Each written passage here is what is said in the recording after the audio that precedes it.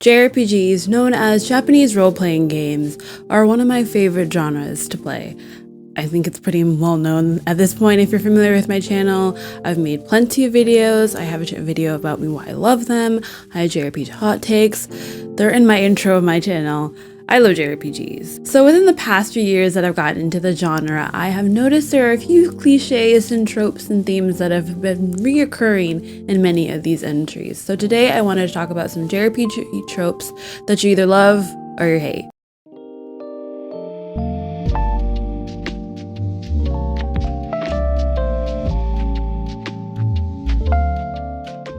Hello everyone, my name is Vegro and this is cozyfeji, and on this channel we cover a variety of things such as video essays, reviews, JRPGs, and all things cozy gaming. Now it goes without saying that JRPGs are known for their rich storytelling and great narrative, but there are again some tropes in there that we cannot not discuss about. I'm talking about character archetypes and plot structures, certain villains, and we're also going to maybe do a little bit of critiquing on them and where they stand in modern day JRPGs today.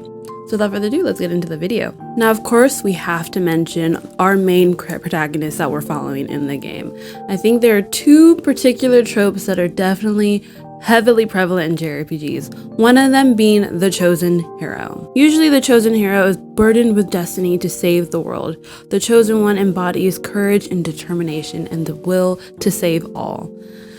I think that this is probably one of the most, if not the most, common trope that we see in JRPGs. When I think of the chosen one, I think of characters like Shulk from Xenoblade, Sora from Kingdom Hearts, or even recently Clive from FF16. These are characters that were honestly chosen by God himself, some of them literally chosen by God themselves, that are only allowed to either have this certain power or access to a certain power. Like for example, Shulk's position, he's the only one that truly has access to Monado and all the great and crazy powers that come with it. We have Sora, who's kind of the only one trying to, I mean, I don't really know all of the details of Kingdom Hearts, but I know that Sora is definitely trying to help save his friends, and not just his friends, but other people as well. And then we have Clive, who kind of has the ability to have access to multiple powers and utilize them to his benefit to help save the world. I feel like what's common in these chosen ones is that they're usually always, the run-of-the-mill average person in the town. Everyone knows them. They have a very well-loved personality, yada, yada, yada. And then one day they wake up and they have the power of God, if not God themselves.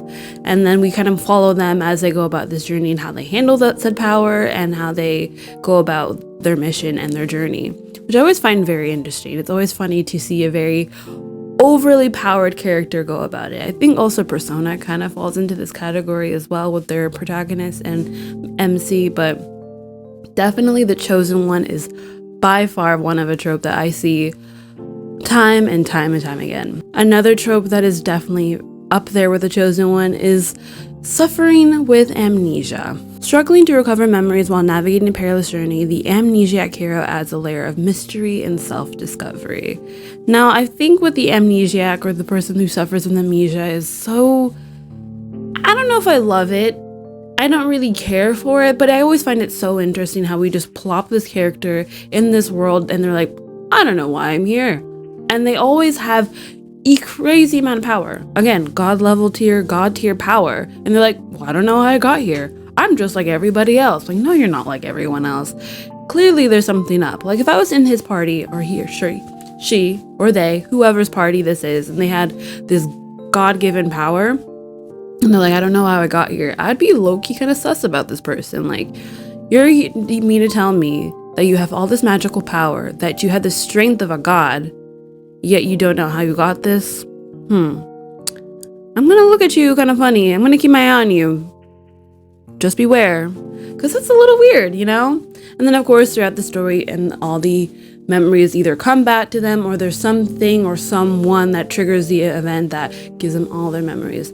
Good examples of this would be Alphen from Tales of Arise. We also have the Robin from Fire Emblem Awakening. We also have Cloud from FF7, which is a pretty notorious one, and we have Link from Breath of the Wild. He was in a 100-year coma, and then he completely forgot about what happened before he got into that coma. So yeah, again, the amnesia trope. When done and executed well, it could be done well. When not, it kind of leaves room to be desired, you know? If you know what I mean, you know? Now, of course, the protagonist is not alone with these tropes. We also have our party members that also fill in these kind of certain stereotypes and tropes as well. We have the strong, silent warrior. With a stoic demeanor and formidable strength, the strong, silent warrior serves as a reliable guardian. This character is usually the one that's not in the forefront, but kind of in the background, kind of lurking, kind of just overseeing everyone and everything. Usually they're protecting either our main protagonist or someone also in our party. When I think of this, the first person that I think of when it comes to mind is Dedue from Fire Emblem Three Houses. He is literally, I think, Dimitri's retainer, and he kind of follows him, takes care of him as a guardian, and it's just kind of like a man with few words, very reserved. It isn't until you get to know him more on your journey and take the time to know more that supports you know more about his background, his history, his culture, his people, and why he's in the position that he's in. So those characters are always very interesting, but I feel like you cannot not have a party member that isn't kind of like the stoic, quiet, reserved type. They're always there. Another trope that I honestly do not care for, well, yeah, for the most part, I do not care for it. And that is our trusty, loyal animal sidekick. This loyal animal companion symbolizes loyalty, companionship. The loyal animal companion enhances both emotional depth and may be the voice of our main protagonist. A great example of this I just finished last month. At the beginning of last month, I finished Grand Blue Fantasy Relink, and one of our main animal companions is Vern. I don't care for that guy at all. We also have things such as, a lot of times Persona character team casts have this. We have, I think P5 Royal has Morgana. Morgana's in a mixed bag. I feel like either you love him or you hate him. There's no in between. You can't not just be neutral about Morgana. Morgana's either like, oh my god, I live for Morgana, or like, oh my god, can this cat shut that up, you know? And then we have characters like Paimon from Genshin Impact. Not technically JRPG, but JRPG adjacent. I cannot stand that little, very little thing. I just want to take her, kick her, and punt her across as like the Tevat. I just cannot stand her. Love the voice actress. She's great. Paimon, the character, not so much, but I feel like a lot of times, like Morgana or even Paimon, they usually tend to be the voice of the character, especially when there's a silent protagonist. This companion or sidekick is usually there to be the voice for our main protagonist. Again, also kind of like I'd rather just have the protagonist talk, but that's just me. That's just my take. Now, not technically part of our party, but someone our party definitely meets quite often are villains. Now, I think JRPGs, there are plenty of JRPGs that have really great villains that you honestly sometimes even root for or really want to know more about. There are definitely villains that have great character arcs, great development, and fleshed out really well. Some not so much. But one bone that I had to pick with that I see a lot in JRPGs is that the villain just wants to set out and destroy the world. Why? I feel like whenever they say, I just want to destroy the world, like, what is the purpose? What is the reason why? Like, what is your end goal? Because, like, when you destroy the world, you just want to destroy it? And then what? You just be by yourself just chilling on a dead earth or planet? Or you want to completely destroy the world, reset it, because you feel like it's tainted or whatever. I don't know. I just feel like that trope is so... I don't know. I find that just kind of annoying. Like, come on, do better. Like, come on. Like, if you want to be a baddie, then be a baddie. You know what I mean? Like, I want you to be like horrible. I want to viscerally hate you. Not because, oh, I just want to destroy the world. Like, be original. Be original. Now, not only our characters are known to have a lot of tropes and cliches, but I feel like sometimes the plot structures and narrative can also have some critiques as well. Within a JRPG, it's pretty known that there's always some type of world-threatening crisis. Something in our world is happening that our main hero or their team of heroes has to go and save. JRPGs frequently revolve around confronting cataclysmic threats and endangering entire realms of civilizations. I could literally list a plethora of JRPGs that fall under this trope. I mean, it gives our characters a sense of agency, it gives them something to do, and it gives us a journey to go on. I think this is pretty a safe route. I don't think I really have any qualms with a world-threatening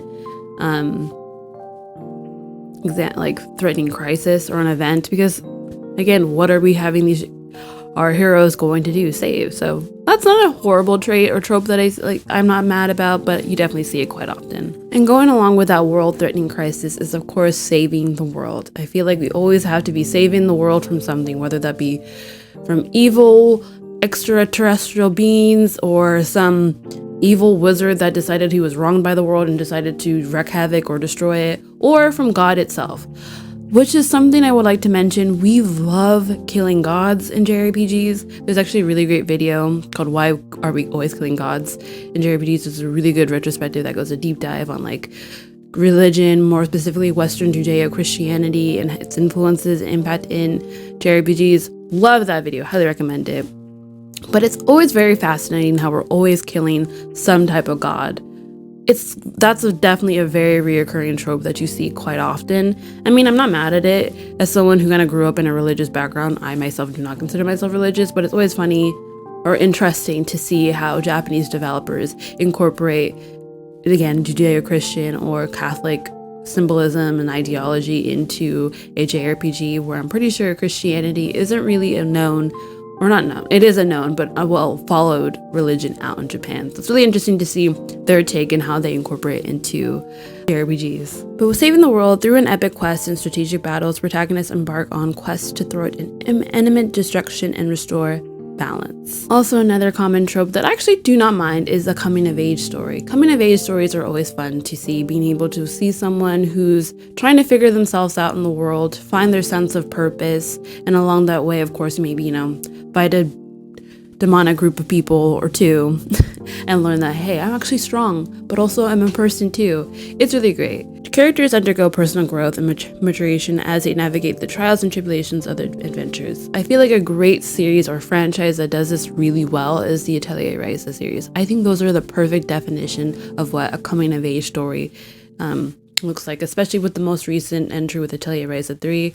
I have not completed them all. I'm still a couple hours into the first one, but I can definitely see from the trailers and from gameplay that I've seen, you can definitely see the cast of characters grow along on their journey, again, find their sense of purpose and what they mean in this big world that we live in. Now, of course, some of these JRPG tropes are fun and cool and fun to just kind of pick and fun at, but there's definitely some critiques that need to be had. JRPGs suffer from formulaic storytelling and predictable plot twists, leading to a sense of repetitiveness. When you see a lot of these common tropes of like saving the world or trying to kill God for like the upteenth time, it kind of, it's almost like beating the dead horse. Like, we get it. We've done this time and time again. So even though, yes, it's kind of hard to be in a world where like nothing's ever original. There's always some idea that's already been done before that. Whether you do a fresh take on it is how you execute this idea is up to the developer.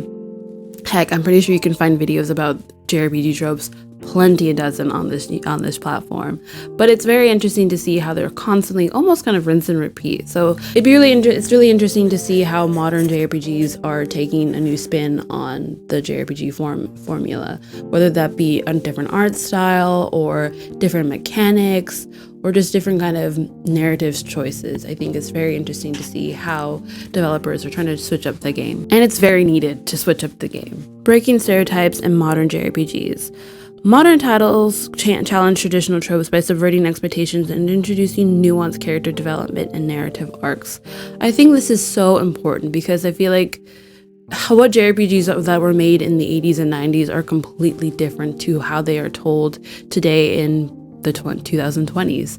I think it's really important to adapt to the times, and I understand games are supposed to be placed to escape from reality, but sometimes it's good to be able to have a piece of work that's still representative of the times, but also make it not too dated where it kind of like, if you play this now and then 10 years in the future, like, wow, that's very dated. I think it's very important to still be relevant enough, but also, again, still pay homage to past works as well. Despite originating in Japan, JRPGs have garnered a global following, resonating with players from diverse cultural backgrounds. Again, what's great about JRPGs and changing up the formula is that a lot just companies or Japanese developers are making JRPGs. A lot of Western developers here in America or Canada or Europe, as well as other Asian countries, are taking their spin on it. For example, like Sea of Stars that came out last year, which was paying a homage to Chrono Trigger and Chrono Cross, or made from a Western developer, or things like Genshin Impact, which is technically a Chinese game made by Chinese developers, but also has very much hard Japanese elements, or Japanese or JRPG elements to it. That's definitely heavily influenced with Honkai Star Rail, which I believe the developers even stated themselves that they were heavily inspired by the Trail series, which is one of my favorite franchises to play. Overall, JRPGs thrive on a foundation of familiar tropes and archetypes while evolving to embrace innovation and diversity. From epic stories and fantasies to intimate character studies, JRPGs offer a spectrum of experiences that cater to a wide range of tastes and preferences. As technology advances and storytelling techniques evolve, the future JRPGs hold promise for even narrative depth, immersive gameplay, and cross-cultural collaboration. Thank you guys so much for watching this video. I would love to continue this discourse in the comments with you guys stating what are some of your favorite and what are not so favorite JRPG tropes and cliches that you find that you've noticed while you're playing these JRPGs. Again, if you like this video, do not forget to hit that like and subscribe button, and I can't wait to see you guys in the next one. Bye!